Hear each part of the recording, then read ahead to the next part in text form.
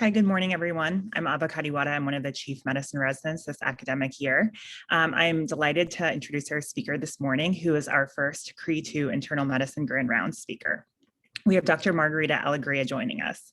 Dr. Margarita Alegria is the chief of the Disparities Research Unit at Massachusetts General Hospital and the Mongan Institute, the Harry G. Leonard Jr. and Lucille F. Sear Leonard Endowed Chair at the Mass General Research Institute, and a professor in the Department of Medicine and Psychiatry at Harvard Medical School. She has spent most of her career working on how to reduce health disparities for populations of color, immigrants, and linguistic minorities. Dr. Alegria's research focuses on the improvement of healthcare services delivery for diverse racial and ethnic populations, conceptual and methodological issues with multicultural populations, and ways to bring the community's perspective into the design and implementation of health services.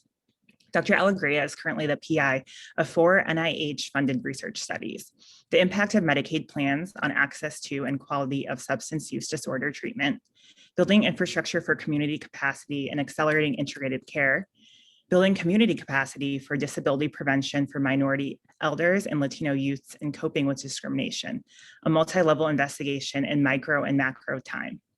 She has published over 300 papers, editorials, intervention training manuals, and several book chapters. Thank you so much, Dr. Alegria, for joining us today for our CRE2 initiative. Thank you so much, Ava, for that great introduction. Looking forward, thank you everyone for having me. I'm gonna share my screen to really get start the conversation, and I look forward, really appreciate that people are spending the time with me today. Let me start by just first of all acknowledging that this is a team effort. I actually, all the work that I'll be presenting is actually not only mine, but of my team at the Disparities Research Unit at Mass General. Let me say I have no conflicts to disclose. And this is what I'm hoping to do today in the 45 minutes that I'll spend. I'm gonna talk about health disparities. I'm gonna talk about interventions to reduce disparities. And then I'm gonna talk about what I think we need to do to change what is happening, and give you my opinions, but would love to hear from you at the end. I want to start by showing you what the data indicate in improvements in disparities, and this is pretty recent data of 2019. I also want to show you how this is really important in the sense that where you live really affects the quality of the care you're going to receive. Like you can see here, if you look at this map, the blue is people that lived in the highest quartile of best care in terms of quality. And you can see here that the green is actually the third quartile, and you can see the gray is the fourth quartile. You can see there where WashU stands. But I want to show you something that happened that I thought was really interesting. I present sometimes this graph for the purposes of comparing. For example, I live in Massachusetts, and Massachusetts, although it has one of the best quality cares, it has one of the worst disparities. You can see it there in the gray. So I have presented with this, and people get very upset in the States. And for 2019, they decided not to put this map, but it shows you where disparities are. And you can imagine why they decided not to anymore put the map. I want to show you how it really has impacts in terms of healthcare quality. They compare, they do this report, the Agency for Healthcare Quality. It's a national report, and they report by ethnic racial groups. And then they look at the indicators that have been vetted across national systems. And you can see here of the 2,202 indicators of quality of care for Blacks, you can see that the red is the worst. 82 of them are worse. You can see 97 are the same, and you can see only 23 are better. You can see something similar with Hispanics. 61 are worst of the 177, 78 are the same, and 38 are better. You can see here how for most groups, including Native American, Pacific Islander, and even Asian, the numbers of worse and the same are overwhelming compared to better. The question we always ask is why? Why do we keep having this problem? I've been doing this work for pretty much the last, I would say 20 years when disparities was not so, so trendy like now. And I've come to a lot of issues of why we see what is happening. I want to start talking about the issues in diversity thread in terms of how this has created power disruptions, because minority groups are growing and becoming a lot bigger than the white populations. And this demographic shift is really creating that people in the dominant group can feel that their status is deteriorating, and therefore they might perceive it as a threat. And this has impacts in racial attitudes and behaviors. I want you to raise attention to Craig and Rucker and Richardson's framework. This is a really, I think, important aspect. They talk about, how proximity to minority groups and the anticipated increases in diversity and actual increases in diversity leave to start perceiving the minority group size. And unless there's a lot of intergroup contact, this creates perceived threat. This perceived threat has to do with people feeling that their status, the symbols that they saw as being the dominant symbols, the cultural routines that we have every day are changing. And we also know from this, not only from this framework, that the more contact we have, the closeness of the relationships across these different diverse groups, the better the intergroup relations. So I wanted to raise that from the beginning. Also want to talk a little bit about work that social psychologists have been doing. This is work by Galinsky showing that the powerful people that have usually had a privileged position in our society have a reduced tendency to comprehend how other individuals see the world, think about the world, and feel about the world. So the powerful, typically these are white populations, tend to be less accurate about, when I mean powerless, I don't mean the powerless in terms that they don't have in power from inside, but actually that they're economically or resource poor in that area. They are less accurate on estimating the positions of the less powerful. In reading their expressions, they tend to use more stereotypes. They tend to make more self-serving attributions compared to the less powerful that have more interest in trying to decipher what others are thinking, what others are feeling that are not from their group, and are less likely to use stereotypes and attributions to frame them. I also want to raise something that Nancy Krieger brought a long time ago, which I think is still very accurate. And I want to talk about what's called the eco-social inverse hazard law.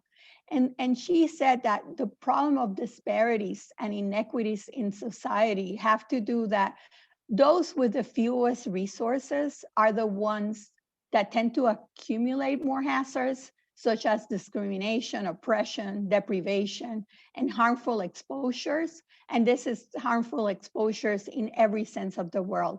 Actually, we've seen it with COVID right now.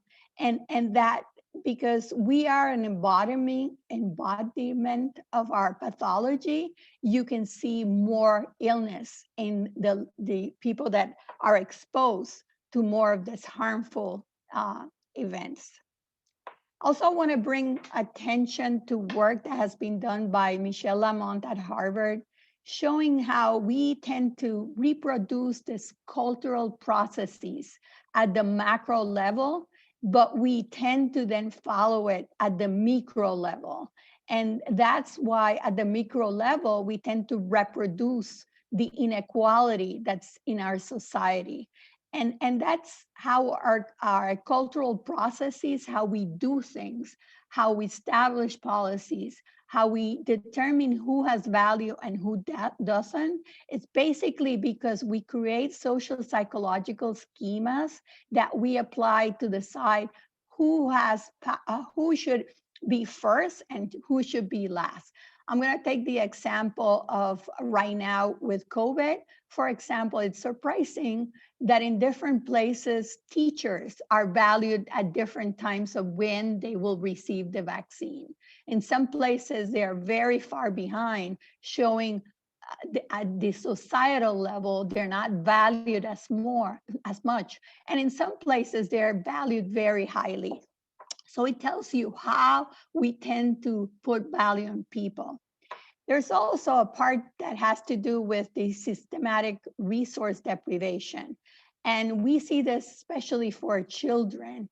When you look at policies of how to eradicate poverty in children, we see that there's a lot of inequities in how we support households of children and youth, even in the healthcare access, and how they continue having then a higher burden in low-income families and families of color. So we really don't put a lot of the effort to eradicate the support for these programs for children of color. And this is why we're having such a tremendous negative impact in this young population. I want to go back to COVID because I think COVID was a magnifying glass in showing how racism is really bringing up the risk factors of the spread. People were talking about race, but it's actually not race, it's racism that has been the culprit for what has happened. I'm gonna show you some data very quickly about populations of color in COVID, but I also want you to look at a recent article that just came out about how Blacks, for example, lost 3 years of life expectancy due to COVID. That's not comparable to what the other groups have happened to them. For example, Latinos, we know they're 2.5 more times to test positive. Black and Asians are 2 times more likely to test positive for COVID. We know that hospitalizations for Latinx are 4 times higher than for white persons. And we know that Black, Native Americans, and Latino are really sharing an incredible burden in terms of the disease. This is not surprising, partly because if you think about it, there's a lot that is tied to how we live, how people work, and how they get access to health that are all tied to seeing these disparities. We know, for example, that many families of color reside in overcrowded areas and live in multi-generational homes, and this makes for a big difference. So this racial housing segregation can be linked to not only COVID, but to other chronic diseases. We know in terms of the essential worker status that it's mostly disproportionately people of color, and that they're in a job industry where they don't have a lot of benefits to access healthcare insurance. They have less options to work remotely, and they have unstable work schedules that makes it very hard to plan. And then in terms of access to health insurance, we know that 50% of the uninsured are white people, and that's a big, big number. I want to show you a model that David Williams really presented about how racism really ties to health. And this is a good model because it brings up how there are basic causes that have to do with the societal institution, and changing the narrative that it's not race. It's actually how societal institutions really operate differently with different groups, not only by race, but by socioeconomic status, by even their gender identity. So there's a lot of difference that happens that really leads to issues like cultural transmission of stigma, prejudice, stereotype, stress, lower opportunities, lower access to societal resources, and then the responses that we see, which are the ones we tend to address, are really then more morbidity, mortality, disability, mental health, and positive. I also want to say that, it's important that a lot of the work we have been doing on disparities and inequities has not really been that great in pointing out to what are the mechanisms. We're just seeing the descriptive aspects of racial, ethnic, and national origin categories, but we're really not seeing what are the effects of the policies, regulations, things that happen that lead us where we are. So what can we do? So now I want to just go very quickly into some of the things we've started thinking about as early as this is a paper I wrote with David Takeuchi and a lot of my colleagues, looking at how we needed to consider context, place, and culture in thinking of a different type of model when we're thinking about what's happening. This was actually done in relationship to mental health, but it actually applies to any health. And what we were saying is that illness is linked to social position at the primary level. Social position is your positional hierarchy in that environment.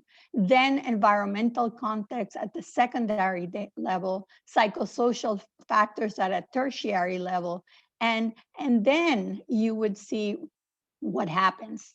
Let me show you this model, because if you really think like now that we're really focusing on the systems and on the social structures, because that's what really is moving us, then our interventions should be at the health policy and market intervention level, then at the system and community levels, and then primary and secondary prevention. But typically what's happening is we're focusing most of our healthcare system and most of the strategies we do to intervene very much at the secondary prevention level.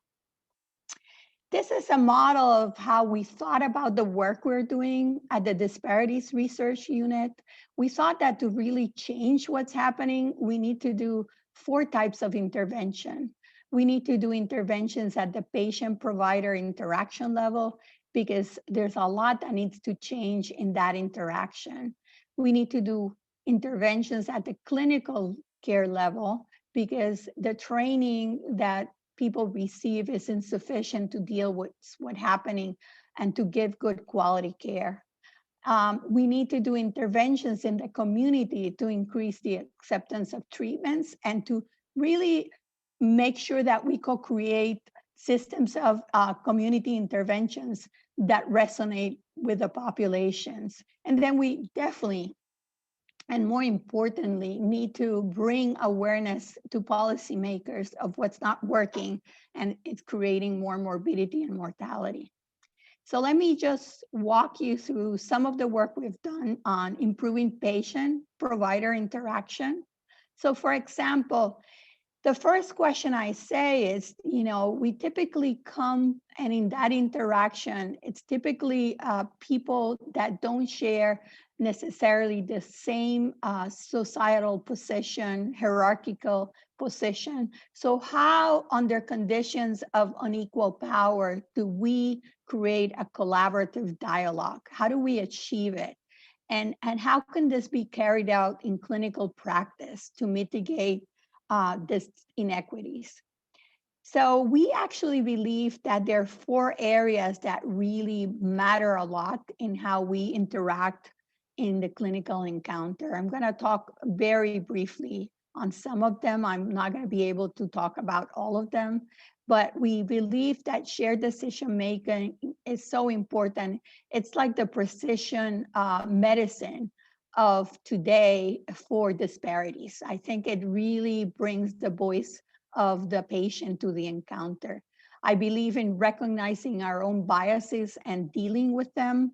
The importance of perspective taking, spending enough time to really get the perspective of the patient, and actually perspective getting to make sure that what we got is actually interpreted correctly, and then building empathy that everyone should do. I want to really emphasize this point because how we collect the types of information we collect on people are so immediately based on our own biases. We see a man coming in, for example, in mental health, and we immediately start thinking about this has to do with substance use. Very rarely do we think it could do with depression or trauma. And the same, we see a woman and we immediately ascribe that it could be depression. So we make a lot of judgments, not only based on race and ethnicity, but based on socioeconomic status and how people talk and how we interpret. So our own life experience is the lens by which we look at what is happening. And that really has an important position in the information we collect during our assessments, but also in how we apply that information in our decision making. One of the things I always talked is about the bias blind spot, because although there's tons and tons of studies showing that we tend to have very high levels of biases, Judy's Hall at Northeastern has done great work on this area. We tend not to recognize our biases. We tend to look at that mirror and see it in others, but not in ourselves. We actually think of ourselves as more objective and neutral than we really are. The other one is perspective taking. I think this is the ability that we can imagine the world of that person in front of us without so many biases, trying to get information about who that person is, why they have been coming to care, what are their goals in that clinical encounter. And it's interestingly because, you know, sometimes when someone might come late to the encounter, you might make a lot of judgments of why that person was late. And that's, you know, the most important thing is to get perspective getting and perspective taking to make sure that you make the correct and you don't do attributional, what we call attributional errors.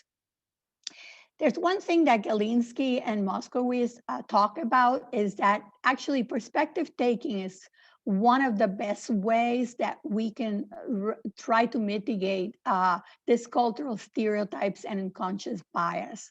Because when we tend to do a better job of giving a lot of credit to people in our in-group, people that look like us, are representative of what we think is our community, and much less to people that are what we call the other. And when we do perspective taking, it really helps also to try to connect with that person that's the other, and try to see what social identities we share, because there's intersectionality. It's not only race and ethnicity, it's our gender, it's our sexual identity. It has to do with where we live, what was our life experience. And that's where we can do perspective taking to really get a better sense of that person in front of us. We make a lot of attributional errors, meaning we actually do attributions of who people are and where they're coming from. One of the quickest things we do, and people have talked about it in how we, because of the cognitive demands of being seeing patients so constantly one after the other, we actually start doing shortcuts and doing attributional errors of who that person is. And you might attribute things of a similar patient that actually looks like them or actually presents their illness like them, and just cut to the chase. And that is what we call attributional errors. Shared decision making is really taking the time to make sure that we understand that the client is the expert in their illness and we are the expert in the diagnosis and treatment, but that we're equals in that exchange. And so it's so important to really get a sense of the lived experience of that person and to bring the expertise of that person into what we decide in all of the decision making in treatment. We tend to just very quickly, I don't have enough time to go, but the basic idea is that you're seeking your patient's participation, that you're really helping them see what are their options in treatment, and if you don't have that many options, where they can get other options. And options mean I don't really know what option to take, but you're giving them the choices of what is available. And then assessing their values and preference to make sure that they align with what the person wants, to reach a decision together and to have a chance to evaluate that decision. We did a trial with funding by the Pecori Institute on giving a training to providers and patients about 5 areas where they could improve on shared decision making, but also in the connection they did with the patient.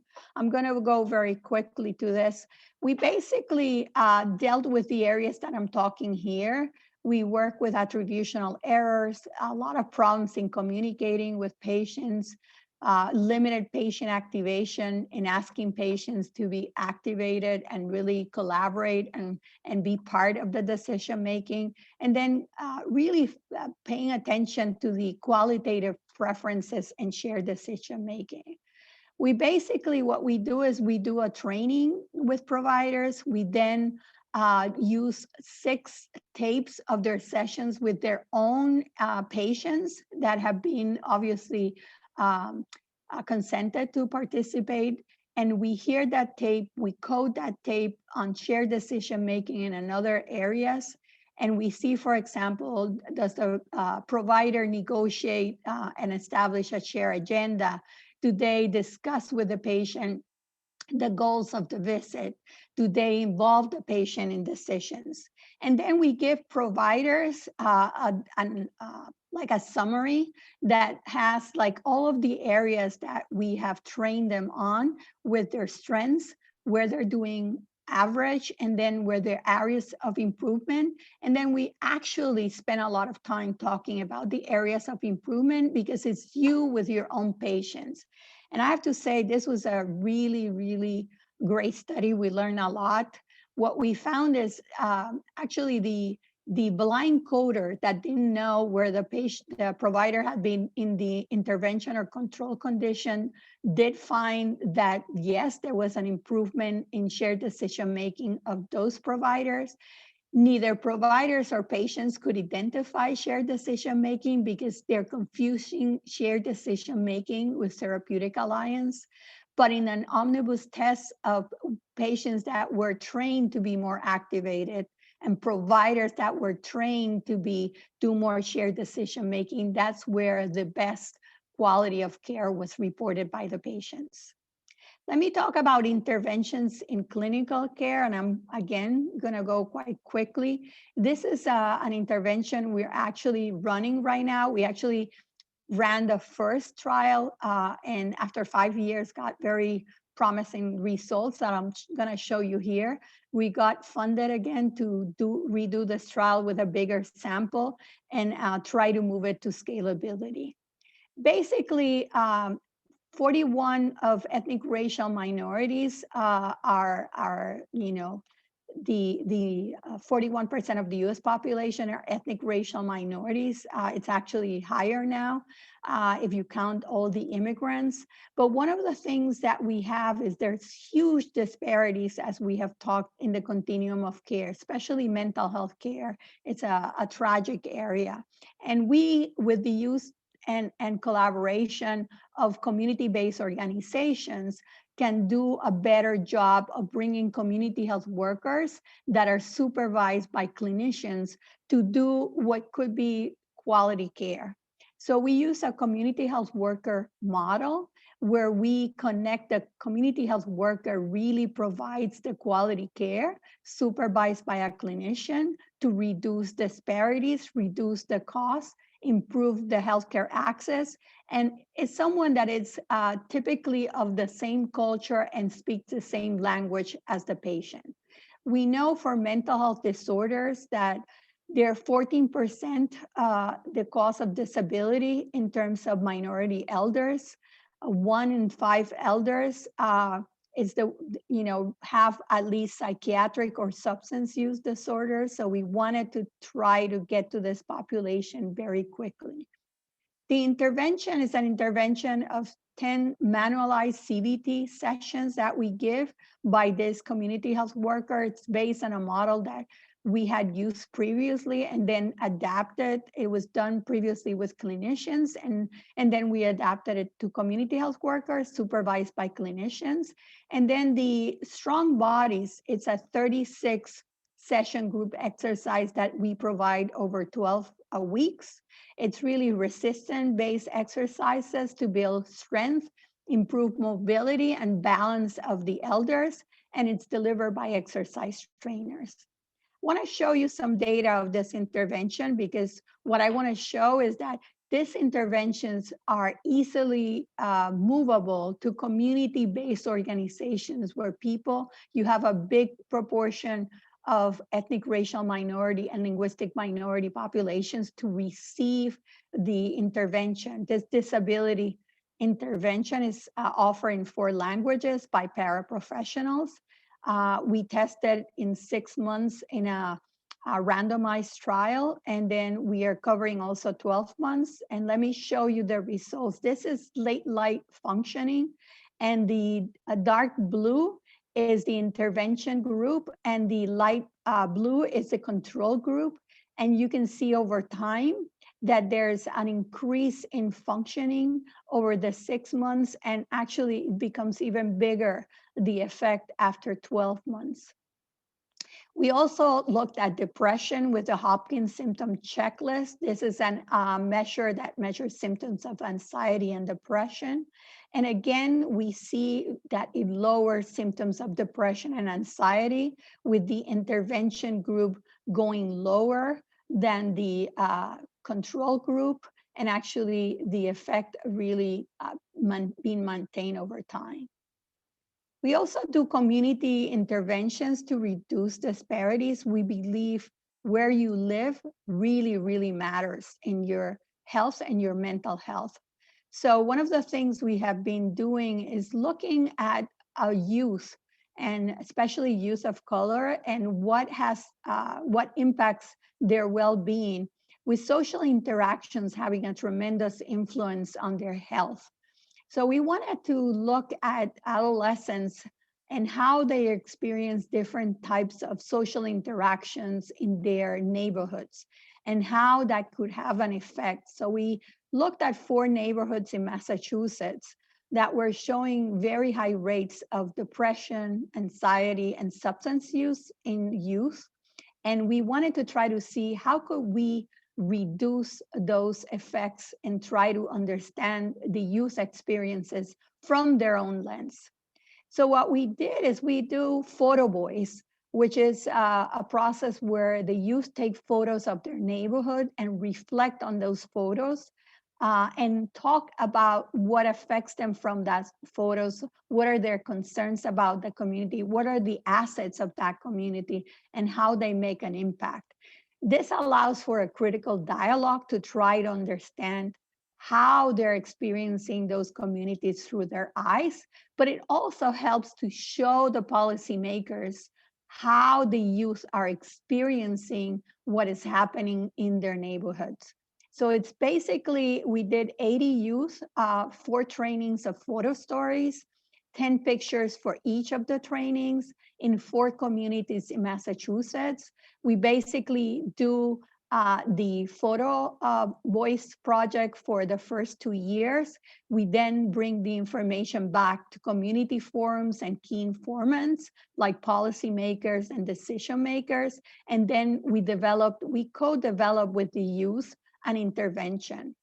What was really interesting in this study is how fast youth could identify the problems in their neighborhoods that really, really matter to them. This one is tied to segregation. And in the first meeting, they talked about how where you live, you are really tied to how people will think about you. So the upper class people only could live in places like Newton or Mission, and African Americans would live in the projects, and they would have very clear lines of where you should go or not go, because if not, you were crossing a boundary. This is a third training where one of the youth talks about gentrification and how gentrification in this area in Chelsea is changing the composition of the neighborhood and how people feel about their neighborhood, including how it's having an effect in they getting very angry because it's bringing money in, but it's displacing them out. So here, one of the things we learn is neighborhoods are different. So interventions at the local community level need to be tailored, but more importantly, they need to be co-created with the audience that is going to use them. And what we learned from this is the youth did not want a mental health intervention or a substance use intervention.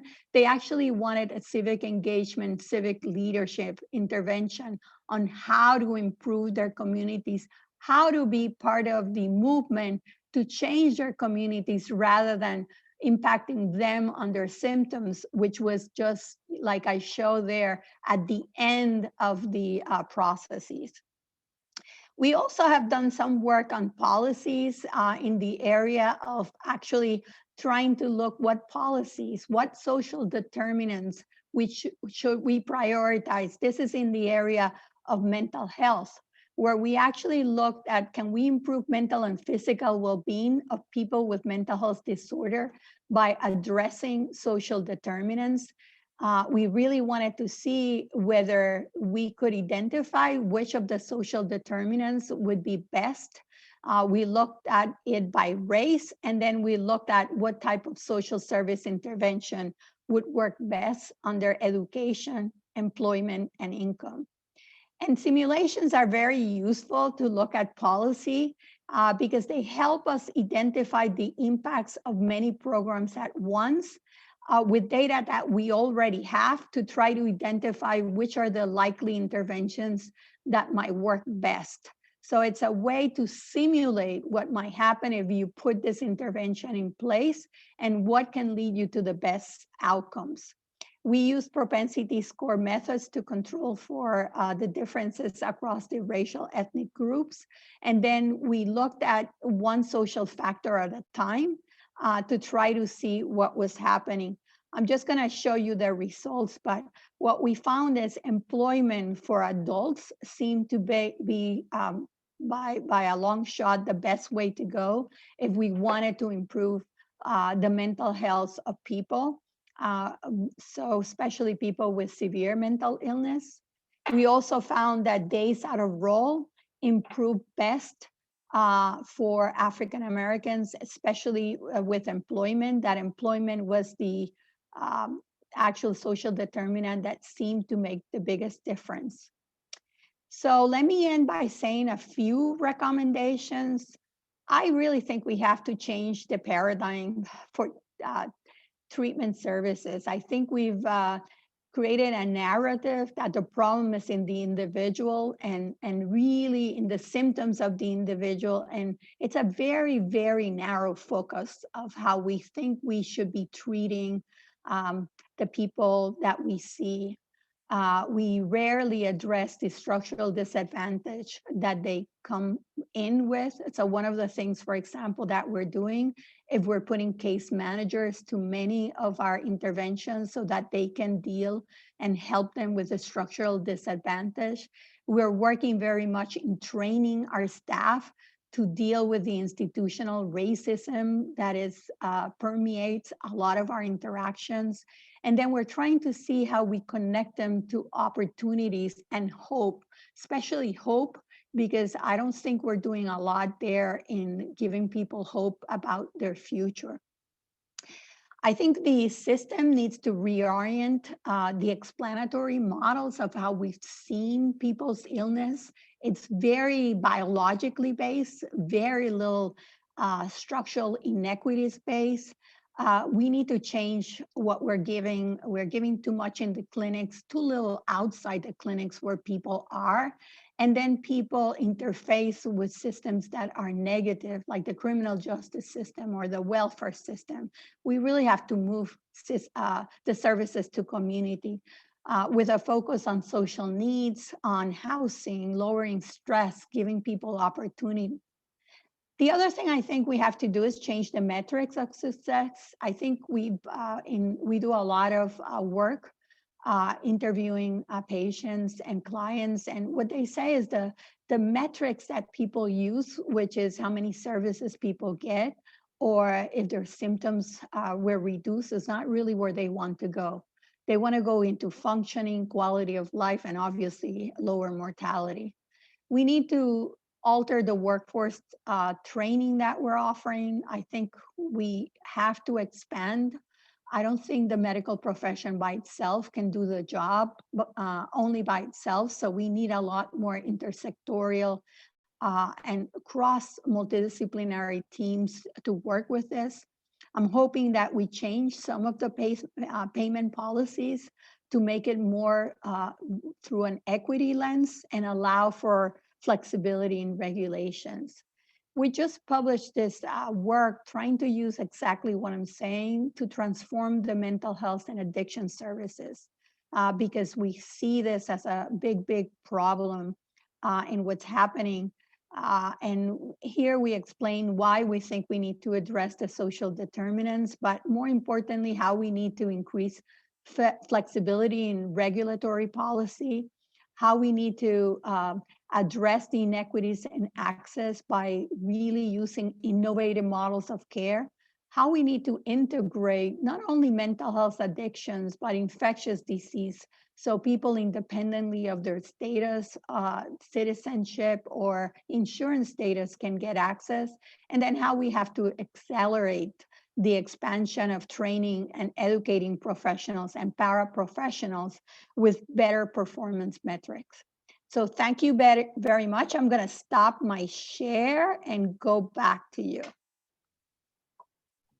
Thank you so much, Dr. Alegria, for discussing all of the amazing work that the Disparities Research Unit has been doing under your leadership. That was wonderful to hear. We do have time for questions now. We can go ahead and get started. I saw a few come in here. So one of our residents is wondering, how does the medical community have to change to increase the emphasis on policy change?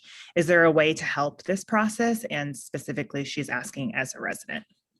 You know, it's so interesting because it's actually been the residents that have made a lot of the impact, even in academic institutions and medical institutions, on how we have to look things through the policy, an equity lens. So, for example, in several medical schools, there has been a student, how should I say, strikes in the sense of giving better policies in terms of insurance to workers in their systems, to the workers. People have talked very much, like, for example, vaccination, making sure that it's not only the medical profession, but the people that work on an everyday basis as essential workers that get vaccinated. I think, you know, to me, the medical profession has a role, not only in the clinical encounter, but in the policies that you work with where you bring them to light. For example,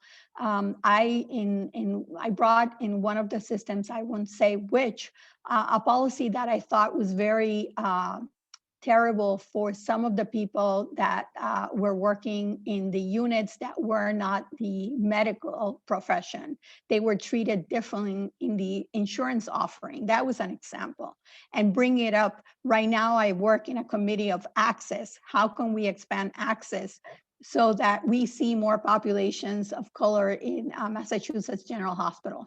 So you can get engaged and say, this is part of my work. And also get engaged by looking at and documenting the disparities in the offerings of what we give to people. one of my mentees actually showed that the people that were seeing people of color in some of the hospital the divisions were people where the actual residents, not the attendings, and the attending were seeing actually the people that were the white people, and there was a difference of who was attending to which group in their own population. So that's an example of how you could raise, and he wrote an article that actually has been published showing this is a disparity that needs to be addressed. Wonderful. Thank you for answering that question. My next question for you is, you mentioned that there's an intersection and maybe a little bit of confusion for the people in that study about therapeutic alliance and then shared decision making. Can you describe a little bit more what the difference between, or how therapeutic alliance is distinct from shared decision making? Yeah, so shared decision making is really where you ask and you give options to people in their care. You first ask them, for example, I'm going to use, I want to hear about what are your goals in our visit today? And then the person tells you whatever they want to do. And then you tell them, okay, that sounds perfect. We're going to address that. I also have to make sure that I collect your pressure, your blood pressure and this. So it's a shared decision. One of the things we found is that patients, if you have therapeutic alliance, meaning that they feel respected, they feel that you connect with them, that you're treating them well, independently, if you do this shared decision making, if you ask them, they rate you as wonderful. They really, clients are unbelievably grateful, and they just rate you really high, even though you're not doing shared decision making. You're not offering them options in care. You're not asking for their input. That's the difference. I see. I can see how that would play a role there. And then my kind of follow-up question to that is, do you see that, at least in the Boston area, that some of these skills that you described of, doing the shared decision making, of putting yourself in the patient's shoes, are those being more implemented at the medical school level or throughout levels of training? Or do you think that this is just something that providers need to be continuing their education on throughout their career? So I think both. We've been asked to do it for the medical students, but we've been actually now starting to get a lot of, like right now, I've been invited to do it and train people at the provider level. I have to say this trial that I presented is actually a trial that was done not only with residents and medical students. It was actually done with providers that were already had been in care 20, 30 years. I think it is a very hard thing to do, I have to say. One of the things I learned from this study, it's how much it really requires for you to be intentional. And that intentionality in doing all of the things that I was saying there, perspective taking, in doing and making sure that you're not being aware of your biases and your stereotypes in the clinical encounter, requires a lot of cognitive bandwidth. And it's very hard for people to do it, a lot harder than you would expect. So it took a long time to train the providers in those 6 sessions. But I have to tell you, it's one of the few trials when you get control people calling you to see if you could train them, because they heard that it really, really opened a very different dimension in the people that took the intervention as providers. So it was really, really very useful once they engaged, because they weren't aware. And I mean, including myself, we're not very aware how badly we do in these areas. Yep, that's very true. I mean, if you're not getting that feedback, and after you finish your training as well, you're kind of operating a little bit more in a vacuum. So that's wonderful. I think that's all the questions that have come in for now. If anyone has more questions, you can feel free to direct them my way. I will go ahead and share my screen so that people can get credit for being at conference today. Here we go. And thank you again, Dr. Alegria. You don't need to stay on. I can make sure that I send any other questions your way. Think you so much. I really appreciate it. Thanks for giving me the time. Okay. Of course. No, thank you so much for having this important discussion with us. I think that we all can take a lot away from your conversation. Bye-bye. Bye.